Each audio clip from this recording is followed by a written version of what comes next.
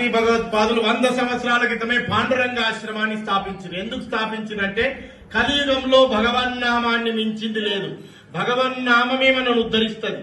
నామమే నామమే నామమే అంటూ దీనజనోద్ధరణ కోసం వారు అప్పుడు మనకు అసలు నిజంగా భక్తి అంటే ఏందో తెలియని పరిస్థితులలో ఇవాళ ఎన్నో భజన సంఘాలు ఉన్నాయి, ఎంతో మంది దేవాలయాలకు వెళ్తున్నాం, పూజలు చేస్తున్నాం, పునస్కారాలు చేస్తాం. అప్పుడు ఆ నైజాం పరిపాలనలో పరిస్థితి దారుణంగా ఉండే.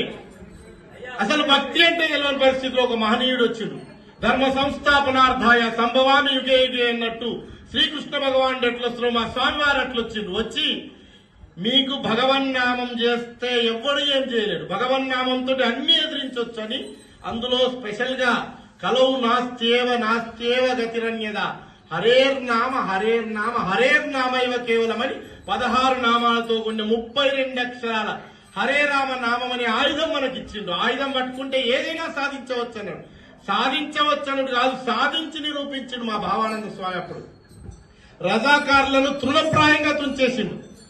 ప్లేగు వ్యాధి లాంటి భయంకరమైన వ్యాధులు వస్తే భగవన్నామంతో తక్కువ చేసిండు ఆయన. ఆ రోజు అంత అద్భుతమైనది భగవన్నామం అని ఈ 100 సంవత్సరాలు మన తెలంగాణ ప్రాంతంలో ఈ పాండురంగాశ్రమం ఒక భక్తి చైతన్య కేంద్రకంగా ప్రచారం చేస్తుంది. మరి ఇప్పుడు మనందరినీ చైతన్యపరచడానికి, మన ధర్మంలో మనం ఉండడానికి సనాతన ధర్మ పరిరక్షణ, సనాతన ధర్మంలో మనం ఉండాలి. మనం అప్పటి తరాన్ని చూసిన వాళ్ళం, మనం అద్భుతంగా పూజలు చేస్తున్నాం, భక్తిలో ఉన్నాం, భగవన్నామం చేస్తున్నాం. కానీ మన తర్వాత తరాన్ని మనం తీర్చిదిద్దలేకపోతున్నాం. మన తర్వాత తరానికి బొట్టు పెట్టుకోమని చెప్పలేకపోతున్నాం. మన తర్వాత ఉండే చిన్న పిల్లలకు దేవాలయానికి వెళ్ళురా అని చెప్పలేకపోతున్నాం. గుడికి పోవడం అంటే ఒక నామూసి లెక్క ఫీల్ అవుతుండే వాడు. అట్లాంటి పరిస్థితుల్లో మళ్ళా ఏ భయంకరమైన పరిస్థితి వస్తుందో అది రావద్దు, మనమందరం మన ధర్మంలోనే ఉండాలని పాండురంగ ఆశ్రమం మన మీద చల్లని చూపుతో 100 కోటి హరే రామ జపయజ్ఞం పూర్తి చేసుకుని సార్ధ 300 కోటి 100 కోట్ల హరే రామం అయిపోయింది. 356 కోట్ల హరే రామ నామ జపం చేయాలి. ఇది ఎట్లా చేయాలి? ఊరూరికి తిరుగుతున్నాం మేము. 89వ గ్రామం ఇవాళ దుబ్బాకకు. మేము పెట్టుకునే పేరు ఏంటంటే తొట్లలో పుట్టిన పిల్లగానికి ఎట్లయితే పేరు పెడతామో, మీరు ఆల్రెడీ భగవత్ సేవ భక్తులు కావచ్చు, కానీ భగవత్ సేవా సమాజం అనే శాఖ పేరు పెట్టుకుంటున్నాం. ఇవాళ దుబ్బాక 89వ శాఖ. ఇట్లా 108 శాఖలు కావాలి, దీంట్లో 89వ శాఖ అయింది. మరి ఊరూరికి భగవన్నామం చేయించి 100 కోట్ల జపం చేయించినాం. ఇప్పుడు 356 కోట్ల జపం చేయాలి. మీరు చేయాల్సిందేంది? హరే రామ హరే రామ రామ రామ హరే హరే, హరే కృష్ణ కృష్ణ కృష్ణ హరే హరే. నామం చేయాలి. ఎప్పుడు చేయాలి? ఎట్లా చేయాలి? ఎందుకు చేయాలంటే మన కోసమే చేయాలి. భగవంతుడు మనవాడైపోతాడు.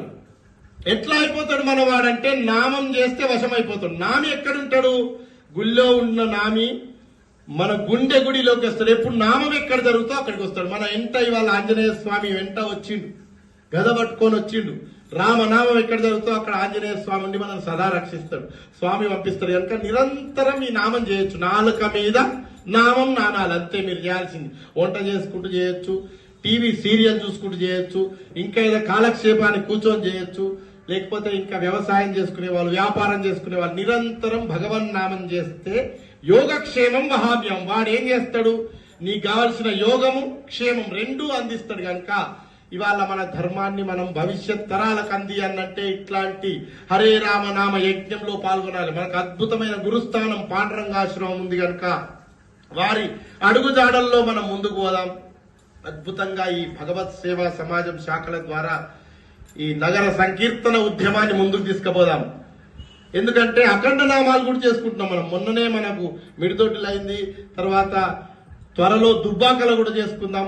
12 గంటల నామం చేయాలి, ఉదయం 6 నుంచి సాయంత్రం 6 వరకు. ఇట్లా ఈ 80 శాఖలను పెంచుకొని అతి త్వరలో సిద్దిపేటలో కూడా పెద్ద ఎత్తున భగవన్నామం శాఖ స్టార్ట్ చేసి అఖండ నామం చేద్దాం. మరి మీరు చేయాల్సింది ఏంది? మేము చెప్పింది పాండురంగాశ్రమం నుంచి వచ్చినట్టు ఇప్పుడు ఇచ్చిన దీక్షా వస్త్రాలు ఇవి వేసుకోండి. మీరు ఒక్క దగ్గర పెట్టుకుంటారా, ఎట్లా పెట్టుకుంటారు? మెడలో ఇవి వేసుకోవాలి. మేము ఆశ్రమం ఇచ్చిన 11 తాళాలు ఇస్తాం. ఈ తాళాలు పట్టుకోవాలి. ప్రతి వీధికి మీరు మొత్తం ఊరంతా తిరగాలంటే తిరగలేకపోవచ్చు, కానీ మీరు ఒక వీధిలో చేయండి. మిమ్మల్ని చూసి దుబ్బాకలో ఇంకో వీధిలో ఇంకోలు చేస్తారు. ఇట్లా ప్రతి వీధిలో నామ సంకీర్తన, నగర సంకీర్తన జరగాలి. ఇప్పుడు ఈ దేవాలయంలో మనం చేస్తే ఈ వైబ్రేషన్స్ ఇక్కడి వరకే ఉంటాయి, కానీ మనం ఊర్లో తిరిగి వచ్చినప్పుడు ఒక్కసారి మీరు గమనించండి, ప్రతి వ్యక్తి బయటకు వచ్చి చూసిండా? అట్లా చూసిన వాడు రేపు ఇంకా కొంచెం ముందుకు ఒక్క అడుగు వేస్తాడు, ఇంకా 2 అడుగులు వేస్తాడు, 10 అడుగులు వేస్తాడు, మనతో పాటు మన వెనక్కి వస్తాడు. అట్లా రావాలంటే మనం ముందుకు పోవాలి. అమ్మలు, అక్కలు, అయ్యాలు అందరూ కూడా ఈ నగర సంకీర్తన ఉద్యమంలో భాగస్వాములమైతే మన హైందవ ధర్మాన్ని మనం ఈ రకంగా కాపాడుకున్న వాళ్ళమైతే గనక మనం యుద్ధం చేయాల్సిన అవసరం లేదు, కొట్లాడాల్సిన అవసరం లేదు, ఏమీ లేదు. నామంతోటే సమాధానం చెప్పాలి. భగవన్ నామ ప్రచారం ఇట్లా వీధి వీధిలో ఊరూరులో జరగాలి.